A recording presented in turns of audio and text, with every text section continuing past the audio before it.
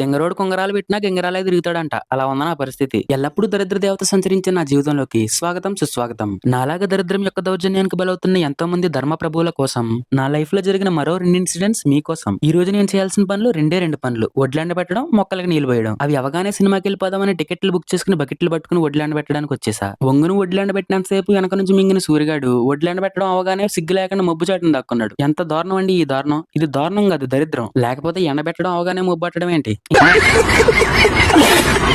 ఇంకా 2 మొక్కలకు నీళ్లు పోయడం. బకెట్లు భోజానేసుకుని రాకెట్ స్పీడ్ తో వచ్చేసి మోటార్ ఆన్ చేసేసి బోర్ నీళ్ళు బకెట్లో పట్టుకుని మొక్కలకు పోసేద్దామని వచ్చి చూస్తే కరెంటు పోయింది. 1 minute.